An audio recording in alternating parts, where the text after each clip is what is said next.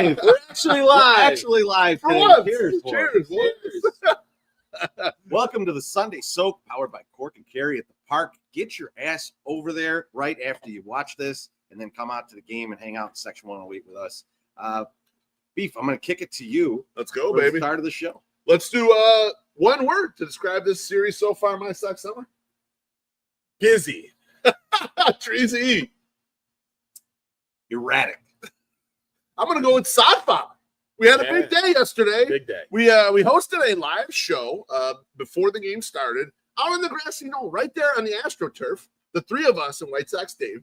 The Sox were nice enough to invite us to do the show for one, but then also get us some great guests. We had John Schriffen come up there, tell us about how he was potentially going to skydive into the stadium. That was crazy. So the craziest shit. So we're talking to John, and like I had seen John the night before when he was heading out. Yeah, we were at the court. So. And I'm talking to him, and he's like, we're talking about all the festivities. I said, hey, I heard you're going to be stopping by to have a chat with us. And he's like, yeah, but I was supposed to skydive into the stadium. And we're like, what? Because like weeks ago, he did the thing in Toronto. Yeah. He was saying how terrified he was. Now he's like, I'm jumping out of a plane. It's crazy. Right? Like, so actually, it was funny because I think he realized how drunk we were on Friday when I was like, I was like, John, you know, how you walking home with balls that big in your pants? You're gonna skydive in the stadium. And he's like, all right, guys, it's time to go. So, you guys take it easy. Stop talking about my balls. But yeah, he said like they had ran up the ranks and like the FAA put a kibosh on it because they're like, you can't be doing tandem jumps into a stadium, which makes sense. Which makes sense, exactly. But that was cool that they were like, yeah, all the way up the flagpole. Internally, they're like, let's go, let's do it. You offered a great solution to him, though. You said, it was you. It was Treasy. Yeah. Offered a great solution and said, why don't you just try to land outside of the stadium? Outside of the stadium. One of the But Dave, no, that was Dave's idea. Okay, that was Dave's idea. Because then Dave's second idea was for him to just get certified, which is actually John's plan. Yeah, so maybe next year around talk about job security. They have another fun ordeal there. So, awesome show. Thanks to everyone that came out. We had a pretty good crowd considering there was no one there as far as like tailgating in the lots or anything, and even the tailgate next to us, like a Bona Beef one. There was no one. We had all the people hanging with us. They could have given us some of them beefs. They should have sent the beefs over to us. Absolutely. Oh, but I got a good beef later. Sodfather was incredible. Sodfather told us all about Disco Demolition. Yeah. I just posted a video so you can check it out later. Told us how hot Bill Veck's wife is. Yeah. We tried to lead him down the path. He pulled back on that afterwards. He played it safe. Tried to do an F Mary kill with Nancy Faust and her, and you were talking another lady. I think you brought it up. We got to get Sodfather in the podcast. What we need to do is just get some beers, no mics or no nothing, and get some stories out the Sodfather because I bet they're infinite at this point. They gotta be. He was awesome. He was a great guy. Terrific. So great. Thanks everyone who came out. Let's get to the questions here, guys. We have topics, as you know. We have community notes. Treasy, I'll let you pick off the board first. I assume we'll just do all four, even though we're going to pick. Yeah, sure. So let's start with this one because this one's going to go right to our guy, My Sox Summer. Does Curtis Mead have what it takes to be a My Sox Summer guy? So I've been thinking about this since I sat down on the tub 6 minutes ago. Yes, he does. Because, first of all, name, easy to remember. Okay. Yeah. Okay. Yeah, Curtis Mead. All right, sounds great. And they're like, another one from Curtis Mead. So and I think he's got a little bit of power. And I like his look. Yes. There's a power profile there. So there is a power That's profile. what I need. And they're it's giving a lot of run at first. They are. It's not a huge power profile, but he is a bigger guy, too. He's 6'2", 215. He's kind of got a little size to him. I like that. Surprisingly, he's a Curtis, but he's white. So I don't know if you know he's white, MSS, so I'm not sure about that. Yeah, no, I do. He's also a redhead. I think he's got a little, he got the ginger. If you're a Curtis, though, playing in Chicago. Yeah. You got to come up to Superfly. I agree, right? That's his That was pretty funny. But he's Australian, I think. Yeah.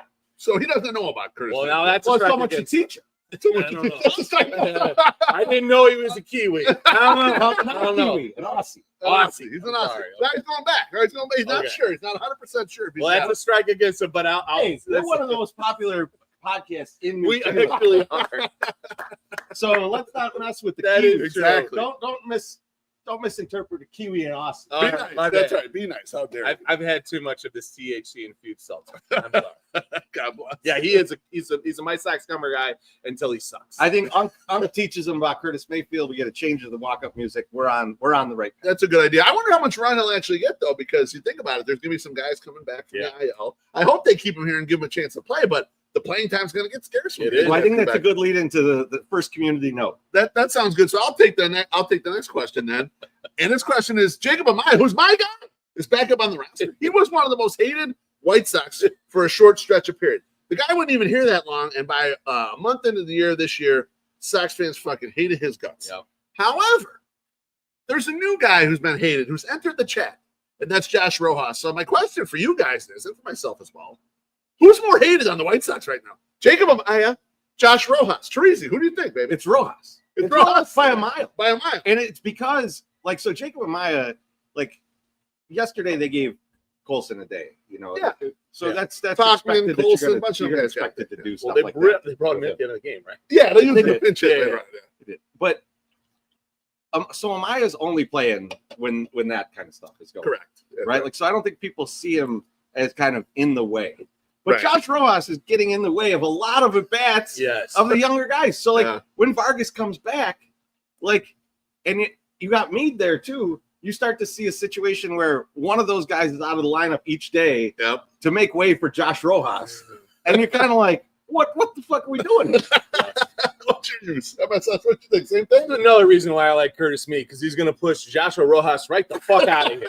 Because that's why he was signed. Because, you know, you can move some people around. He's got a little bit more flexibility in the infield. So, yes, Rojas is definitely more hated at this point. And I swear to Christ, he lost all his mojo when he cut his flow. That was your fault, Josh Rojas. You shouldn't have done that. I know you were trying to get picked up by the Yankees or something, but God damn it, you should have left that flow going. You were good then. You cut it off. You suck. Sorry, buddy. I mean, I hear what you guys are saying, but I still feel tremendous hatred towards my shortstop, Jacob Amaya. And he didn't have to do anything. He came off the bench the other night when the White Sox emptied the bench on Friday night. They're down 9-1. Comes in the game. He had a hit, a walk, and an RBI. Everyone's still shitting on him after the game. He's got infinite hatred. I'm not sure I agree with you guys. Here's the thing. I think that now it's just more classic hate. He's got classic it's more playful now too, though, because like they fucked up and put him on the scoreboard as the starting catcher. So now, yesterday when he was starting, you know, and people would normally be like, "Oh, why the fuck is this guy starting?"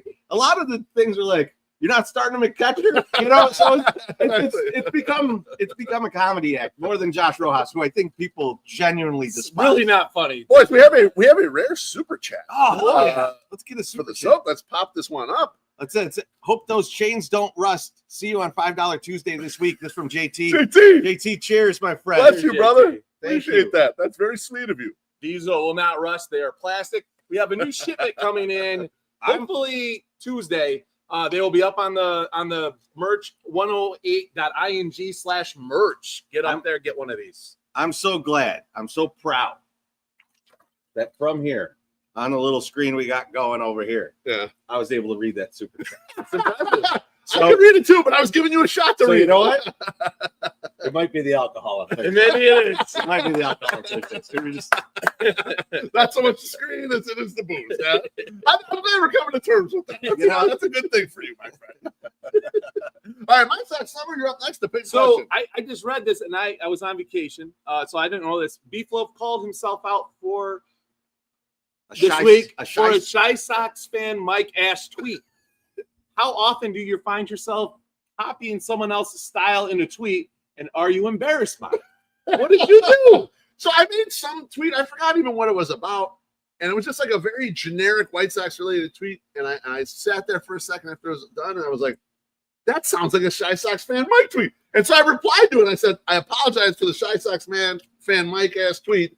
He'll be tweeting this later on today. It was about the bullpen, right? I think it was about the bullpen. Oh no, About the bullpen again. About Rankability? Was it about- rankability? No, it's how good the bullpen could be like next year. Next year, Okay. yeah.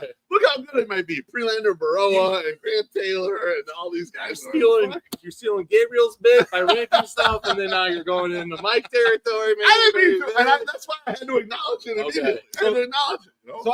So similarly is what I find, not so much myself, like when I tweet thinking like, oh, that sounds like someone else's tweet. Yeah. It's like when I see a tweet and I go, oh man, I got a great reply for that. And that tweet's been up for like an hour. Yeah. And I go into the replies and 7 other people have said the same shit. I go from being like, I've got something really good to being like, I am not a creative motherfucker. I think exactly what everyone else thinks.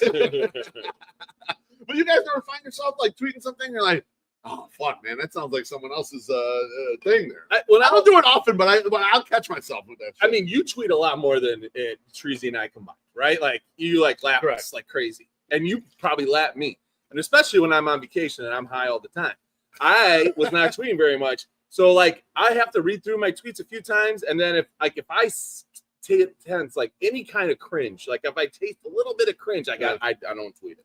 Oh, so you're a guy who really debates what you're going to throw out there. Yeah, I mean, on the other hand, don't think just tweet. You're a quantity. You're a fire. Fly. Let's go. I don't care. I know. I need like sometimes I get like that when we, getting into the show or something. We're going to go do the podcast. Missed it. God damn it. But yeah, no. Most of the time, I do edit myself. All right. Okay. Respect it. So you guys, not as bad as me, but sometimes you give it that ball. All right. I should tweet more. I should tweet more. Okay, this is the last question we got on the board. Might as well use it today. It says the White Sox demoted Jonathan Cannon to AAA. The question is this a bold move by a new organization that's not that worried about losing minor league options? Or was this an obvious kind of move to just send Jonathan Cannon down? MSS, what do you think? Like we discussed before, he had been sent down last year. He modified what he was doing, came back up, had success doing what they told him to do. This is the same thing. You got to refine these guys. Mm-hmm. We're in a situation right now, even though they had been winning and scoring tons of runs, we're still not a good team. I mean, that is very, very clear. Yeah. And these guys have a lot of work to do. You're in a stretch right now where you're checking out all your parts. There is no problem with sending Jonathan Cannon down to go on, fix something, and then come back up. He is coachable, and I have 100% faith he'll come back just as good, if not better. I love it. Teresa, what do you think, man? I mean, I like the optimistic view there. If I'm taking a pessimistic view, I think what Jonathan Cannon is probably a number 4 or 5 starter, right? He's a back of the rotation guy at best. I like that the front office isn't sitting there going like, how do we save an option for 2027 on a guy who's possibly going to be in the back of our rotation? Right. Like this is the kind of thing that pissed me off when people were like, you got to play the service time game with these guys. And it's like, dude, that is a backup second baseman. If you run that option's good and make you move on to someone else. That's what you should do. Lenine Sosa is exactly that guy. Put the fucking pressure on. Well, that's what. Okay, so Teresa, I'm glad you brought this up because I initially thought that and we talked about it on the podcast. I said I thought that they would maybe fake IL or just hold on to him, let him keep throwing because he has the durability or whatever.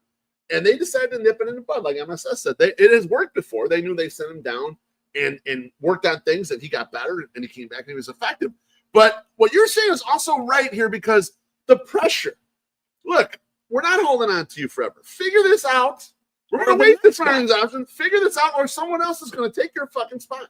And the level of pressure that they can put on, especially these back-end starters, because right now you got 3 of them. You got Davis Martin, you got Sean Burke, and you got Jonathan Cannon. Then you got guys coming off the IL. You got Drew Thorpe, and you got Kai Bush, and Mason Adams in the mix there. You have the AA guys, Dougal and Sean Murphy and Riley Goins and those guys. And then you have the guys in AAA too. There's a lot of starting pitching here. So I like the idea of put some pressure on these guys. You got to start executing now if you want to be on this team going forward. I respect it. And I think, to me, that is a new organization. Yes, it is an obvious move to option a guy like we're talking about and he gets better. But I think it's a new thought process of this organization where, like, we're going to get more talent. Right. Do you want to be part of this? You better fix your shit right fucking now. This is all you get. You're done.